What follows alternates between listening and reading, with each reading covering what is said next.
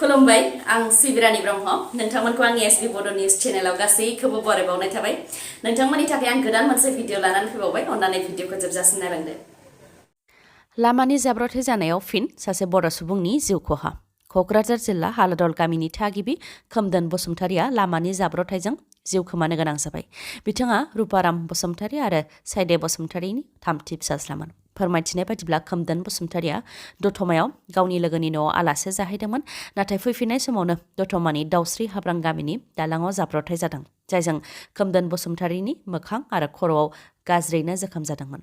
खर'आव हेलमेट गानैनि थाखायनो खर' आरो मोखाङाव बांसिनै जोखोम जादों होननानै फोरमायथिदों दालाङाव जाब्रथाय जानाय लोगो लोगोनो दतमानि देहा फाहामसालियाव लांनाय जादोंमोन नाथाय गोब्राब जोखोम जानायलाय क'क्राझारनि आरएनबि देहा फाहामसालिसिम लांदोंमोन नाथाय लामा ससेयावनो जोबथा हां लादों खोमदोन बसुमतारिया खोमदोन बसुमतारिनि अबथिरा जिउ खोमानांनायखौ लानानै दुखु फोरमायथिदों नखरनिजों लोगोसे ओनसोलनि सुबुंफोरा सोरखारा थिखानानै होनाय नेम मटर साइकेल सालायनायाव हेलमेट गानोमोनब्ला खोमदोन बसुमतारिखौ देहा फाहामसालिसिम लाबोनो हागौमोन आरो रैखा खालामनो हागौमोन नाथाय बिथाङा हेलमेट गानैनि थाखायनो देहा फाहामसालिसिम लाबोस्लाबनो हायासै होननानै हालादल गामिनि गावबुराया फोरमायथिदों लोगोसे जाहाथे बयबो हेलमेट गानो बेनि थाखायबो बयखौबो खावलायहरो बिथाङा अन्थाइ बोखांनायनि खामानि मावबाय थानायावनो जाब्रथाय जानानै 7 दाइननि जिउ खहा जादों रिपर्टनि बायदिब्ला एबिसिआइ इनफ्रास्ट्राक्चार प्राइभेट लिमिटेडआ अन्थाइ बोखांनायनि खामानिखौ मावदोंमोन जेराव 12 लेबारफोरा खामानि मावदोंमोन नाथाय हा फबसिन जानायाव 7 दाइननि जिउ खहा जादों आरो 4 दासिमबो गोमानानै दङ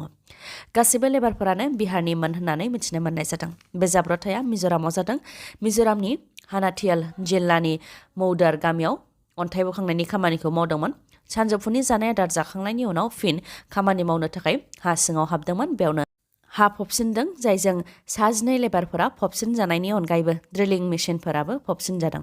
जाथाय जानाय लोगो लोगोनो नेशनेल डिजास्टार रेसपन्स फर्स बिएसएफ आरो आसाम राइफल्सआ रैखा खालामनायनि हाबाखौ मावदों आरो दासिम 7 दाइननि गोथै देहाखौ मोनबाय नाथाय खौरां फोसावजासिम 4 गोथै देहाखौ मोननो हाथ'वाखै रन्जन दैमारिनि केसखौ जौसिन बिजिरसालिसिम लांनायनि खामानिया जागायजेनबाय गोदान मिजिं लानानै फिन रन्जन दैमारिनि केसखौ सुप्रिम कर्टआव फैगौ डिसेम्बर दाननि गिबि सप्तायावनो फाइल खालामजेनगोन आरो बेनि उनावनो केसखौ रेजिस्टार खालामनाय जागोन होननानै फोरमायथिदों गुदिनिफ्रायनो रन्जन दैमारिखौ उदां खालामनो थाखाय नारा नाथा नांथाबबोनाय बिथांनिनो बिनानाव अनजालि दैमारिया बिथाङा फोरमायथिबावदों दि रन्जन दैमारि बिथांनि केसखौ सुप्रिम कर्टआव फाइल खालामनो थाखाय रन्जन दैमारिनि जानानै उखिला सुप्रिम कर्टसिम थांदोंमोन आरो सुप्रिम कर्टनि सासे उखिलखौबो थि खालामबोदों जेराव सुप्रिम कर्टनि उखिला रन्जन दैमारिनि केसखौ लानो थाखायबो राजि जादों दा सुप्रिम कर्टआव पेटिशन फाइल खालामनायनि खामानिया जागासिनो दं होननानै अनजालि दैमारिया फोरमायथिदों अनजालि दैमारिया फोरमायथिबावदों दि हाइकर्टनि भार्डिक्टनि उनाव 3 दाननि गेजेरावनो सुप्रिम कर्टआव केसखौ फाइल खालामथारनो नांगौ जायनाखि फैगौ 19 डिसेम्बरनिफ्रायनो सुप्रिम कर्टआव उइन्टार भेकेशन अदेबानि गोजां बोथोरनि बन्द जागायजेनगोन बेनिखायनो 16 डिसेम्बरसिमनि गेजेरावनो सुप्रिम कर्टआव पेटिशन फाइल खालामनो नांगोन बेनि उनावसो केसआ रेजिस्टार जागोन बेनि उनाव केस एडमिट जागोन बेबायदिनो बेल फाइल खालामनायनि खामानियाबो जागोन आरो बेनि उनावसो हियारिं जागोन जायनाखि डिसेम्बर दाननि गिबि सप्तायावनो केसआ फाइल जागोन बेनिखायनो नैथि सप्तायाव केसआ एडमिट जागोनखौ आसा खालामनो हायो आरो बेनि थाखाय 18 नभेम्बराव रन्जन दैमारिनि उखिला एआरअजों जिरायगोन होननानैबो फोरमायथिदों अनजालि दैमारिया गुबुन रायजोआव सासे बर' सुबुङा आलाय सिलाय जानानै दं गोरिब दुखुथिया जानायनि थाखाय जोंनि सुबुंफोरा गाव गावनि न' गारनानै गुबुन रायजोआव खामानि मावनो थाखाय गोबां थाहैनो गोनां जायो जेराव गुबुन रायजोआव जोंनि सुबुंफोरा आलाय सिलाय जाहैनांनायखौबो गोबां नुनो मोनबोदों आरो खायसेया आलाय सिलाय बुथारजानोबो गोनां जाबोदों दा आरो आलाय सिलाय जानाय सासे बर'नि भिडिअ'आ समाज बिजोङाव गोसारदों आलाय सिलाय जानाय बर' सुबुङा गावखौ तामुलपुरनि दलाइ गामिनि होननानै सिनायथि होदों बिथांखौ बिथांनि लोगोफ्रा गारनानै थांजोब्बाय होननानैबो भिडिअ'नि गेजेरजों मिथिहोदों बिथाङा सोरबाफोर जुदि बिथांखौ सिनायोब्ला 8767062056 खेबसे बुंबावनि 8767062056 बे नाम्बाराव खौरां लाहरनो हागोन मख'नो गोनांदि गोमानाय सुबुङा बेंगालराव आलाय सिलाय जानानै दं होननानैबो भिडिअ'नि गेजेरजों फोरमायथिदों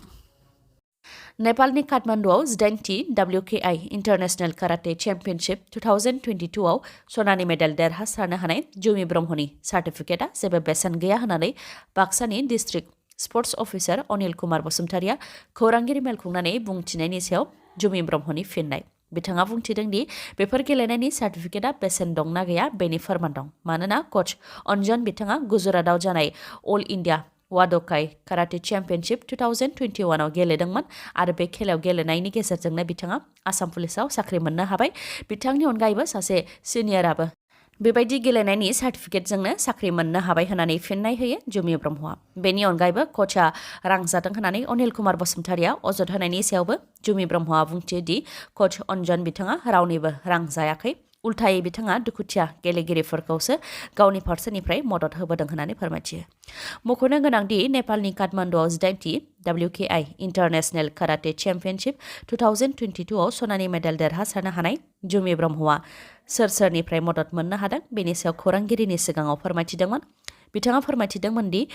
बिथाङा बिटिसिनि गाहाय प्रमद बर' EM रनेन नार्जारी MLA बिश्वजित दैमारी आरो बिथांनि बिसिनिफ्राय मददखौ मोननो हादोंमोन नाथाय गेलेमु बिफाननि EM दावबायसा बर'निफ्राय जेबो मदद मोननो हायाखैमोन आरो बिथाङा जेबो रेसपन्सबो होआखैमोन होननानै फोरमायथिदोंमोन बेनि उनावनो जुमि ब्रह्मनि हेंथायै बाक्सानि district sports officer Anil Kumar Basumatary आरो माखासे बिबानगिरिफ्रा खौरांगिरि मेल खुंदोंमोन जायनाखि सनानि मेडेल देरहागिरि जुमि ब्रह्मआ बिटिसिनि EM दावबायसा बर'निफ्राय मदद मोननो हायाखै होननानै फोरमायथिदोंमन बेखौ लानानै बाक्सानि district sports officer Anil Kumar Basumatary आरो माखासे स्पर्ट्स सेक्रेटारिफोरनि मोदोमाव मानो एसेबां नांदों होननानै सोंथि खालामो बिथाङा बेनि अनगायैबो अनिल कुमार बसुमतारिया जुमि ब्रह्मनि ब्लेक बेल्ट आरो स्पर्ट्सनि गासै सार्टिफिकेटखौ लानानै अफिसाव फैनो थिनहरदों जुदि बिथाङा सार्टिफिकेट नायनो गोसो दंमारोब्ला न'आव फैनानै नायफैनो हागोन होननानैबो बुंथियो जुमि ब्रह्मआ बलिउडनि सुपारस्टार ऋतिक रोशन बिथाङा आसामाव दावबायफैदों ऋतिक रोशन बिथाङा फाइटार सावथुननि शुटिंनि थाखायनो आसामनि तेजपुराव दावबायफैदों बिथाङा गावनि टीमजों तेजपुरनि सालनिबारि मिलिटारि एयारबेसआव सौफैबाय जेराव बिथांखौ लोगो हमनो थाखाय बिथांनि फेनफोरखौ होंगो दोंगो जानायखौ नुनो मोननाय जादों मिथिनो मोननाय बायदिब्ला फाइटार सावथुननि शुटिंखौ सुखय 30 फाइटार जेटआव खालामनाय जागोन आरो आसामाव 10 साननि शेड्युल लानानै फैदों आरो थाबैनो बे सावथुननि थाखायनो दीपिका पादुकन आरो अनिल कापुर बिथांमोनहाबो आसामनि तेजपुरनि बे एयारफोर्स स्टेशनाव नुजाथिफैगोन मेघालयआव खुंजानाय second north east Olympic games 2022 आव बर' फिसाफोरा गोबां देरहासारनो हादों बेनि मादाव क'क्राझार जिल्लानि सिङाव थानाय फाकेरा गामिनि थागिबि सिम्मेश्वर नार्जारीनि फिसाजो लाइमोन नार्जारीया हाइ जाम्प गेलेनानै सनानि मेडेल देरहासारनो हादों बुहुम मुसाहारि बिथाङाबो 4x400 MTR रिले गेलेनायाव सनानि मेडेल देरहासारनो हादों बिथां बुहुम मुसाहारिया क'क्राझार जिल्लानि सिङाव थानाय आइतुगाव गामिनि अजित मुसाहारिनि फिसाज्ला बिथांमोननि अनगायैबो सायारानि बर'आ 400 मिटार खारनाय गेलेनानै रुपानि मेडेल देरहासारनो हादों आरो पत्रिका नार्जारीयाबो 60 केजि खथायाव उसु गेलेनानै रुपानि मेडेल देरहासारनो हादों बिथाङा क'क्राझार जिल्ला गसाइगाव महकुमानि सिङाव थानाय बामुनकुदा गामिनि बंकिम चन्द्र नार्जारीनि फिसाजो आरो सायारानि बर'आ बाक्सा जिल्लानि सिङाव थानाय निजालुखि गामिनि थागिबि बुरमल बर'नि फिसाजो रायजोआव फिन खास्रि बिस्रि मानसि बुथारनाय जाथाय सासे 9 थाखोआव फरायनाय फरायसुलिखौ खास्रि बिस्रि बुथारदों बिफाया नामाज फरायनो थाखाय न'निफ्राय ओंखारलांनाय समावनो रावबो गैयैनि खाबु लानानै 9 थाखोआव फरायनाय उन्दै हिन्जावसाखौ बुथारदों आरो जिनाहारि खालामनायनिबो सन्देह खालामनाय जादों बे जाथाया सनितपुर जिल्लानि ढेकियाजुलि आलिसिगा पुकमारियाव जादों बुथारजानाय हिन्जावसा गथ'नि बिफाया न'आव फैफिननाय समावसो फिसाजोखौ थैनाय हालोदाव नुफैदों लोगो लोगोनो पुलिसनो खौरां हरनायाव पुलिस डक्टर आरो डग स्क्वाडआ नुजाथिफैनानै नायबिजिरनायनि हाबाखौ मावफैदों बिथांमोननि अनगायैबो एक्जिकिउटिभ मेजिस्ट्रेटआबो जाथायथिलियाव नुजाथिफैदों आरो नायबिजिरनायनि हाबाखौ मावफैदों थैनाय हिन्जावसानि गोथै देहाखौबो पस्टमर्टेमनि थाखाय देहा फाहामसालियाव दैथायहरनाय जाबाय पस्टमर्टेमनि रिपर्टनि उनावसो जिनाहारि जादोंना जायाखै बेयो रोखा जागोन होननानै फोरमायथिदों मख'नो गोनांदि 9 थाखोआव फरायनाय फरायसाया बानि निकेतन फरायसालियाव फरायोमोन गोजोन्थाव खौरां बङाइगाव मानिकपुर पुलिस थानानि साखाथियाव थानाय आरो इन्डियान अइल पेट्रल पाम्पनि उल्था दिगाव थानाय मानास हन्डा श'रुमा नोंथांमोननि थाखाय फिन गोदान अफार लानानै फैदों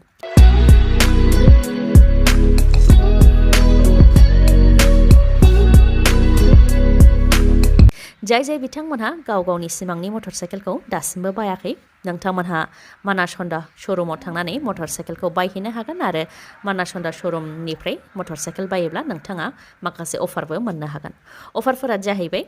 सेथियाव दङ जायखिजाया मडेलनि मटर साइकेल बायोब्ला नोंथाङा गंसे मटर साइकेलाव 2500 खम राङावनो मोननो हागोन नैथियाव दङ गंसे मटर साइकेल बायोब्ला बेसेन नाङालासे गंनै हेलमेट मोननो हागोन थामथियाव दङ ल' डाउन पेमेन्टआवनो अदेबानि खम रां होग्रोनानैनो फाइनान्सआव मटर साइकेलखौ लानो हागोन लोगोसे गासैबो जायगानियानो लांफैनो हागोन ब्रैथियाव दङ जायखिजाया कम्पानिनि गोजाम मटर साइकेलखौ नोंथाङा सोलायनानै गोदान मटर साइकेल मोननो हागोन